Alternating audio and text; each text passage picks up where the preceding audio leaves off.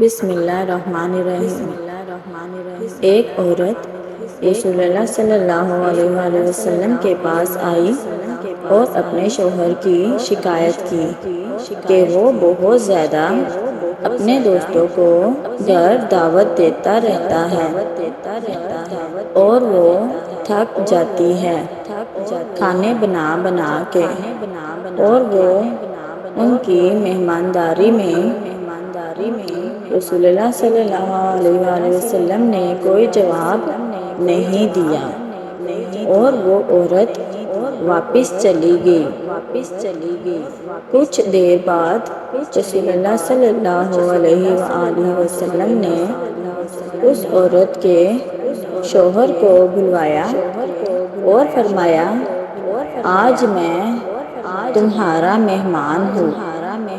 وہ آدمی بہت خوش ہوا اور گھر جا کے اپنی بیوی کو بتایا کہ رسول اللہ صلی اللہ علیہ وآلہ وسلم آج ہمارے مہمان ہیں۔ اس کی بیوی بے حد خوش ہوئی اور وقت لگا کر محنت سے ہر اچھی چیز تیار کرنے میں مصروف عمل ہو گئی۔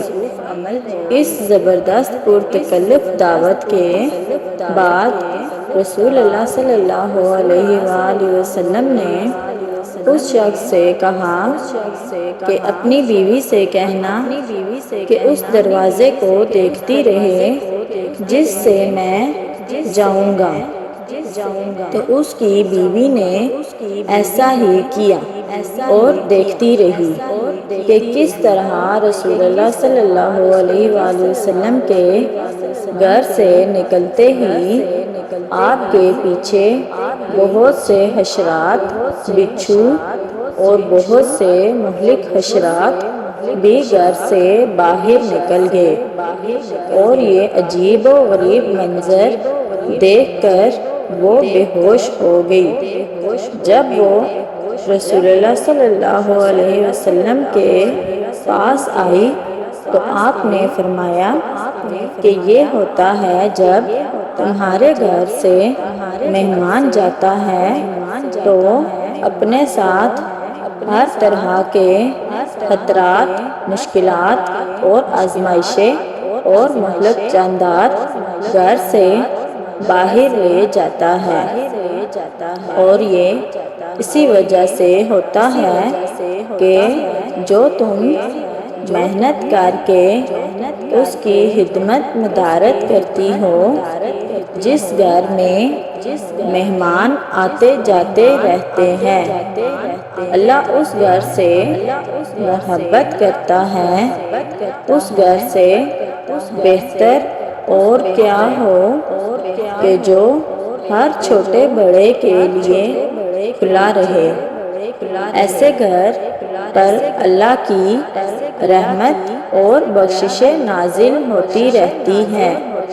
رسول اللہ صلی اللہ علیہ وسلم نے فرمایا، جب اللہ کسی کا بھلا چاہتے ہیں تو اسے نوازتے ہیں۔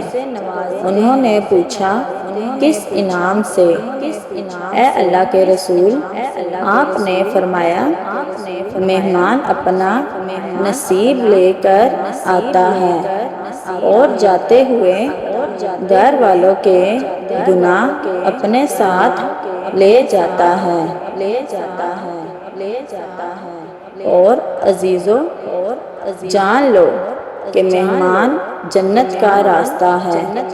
رسول اللہ صلی اللہ علیہ وسلم کا ارشاد ہے کہ جو اللہ اور روز آخرت پر ایمان رکھتا ہے وہ اپنے مہمان کے ساتھ بے لوث ہو۔